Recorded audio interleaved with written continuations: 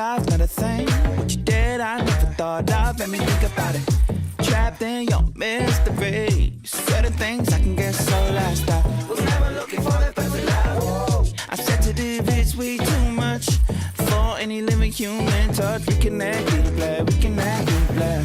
I found a way to say so.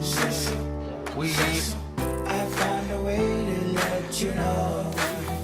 How to trigger point. Let me break it down for you. 5 tips. First tip, direct pressure. You don't want to roll around. You want to get on a spot that's sore and hold that point. Then put movement through the particular joint.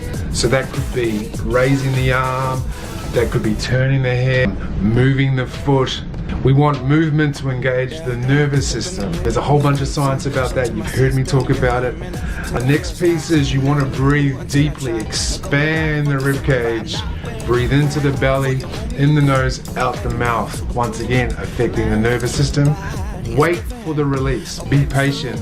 I know that can be tough for some people, but you want to wait for the release. Once you have the release, move to the next spot. A minimum of 2 minutes. Hit it with some heat, hot shower, wheat bag.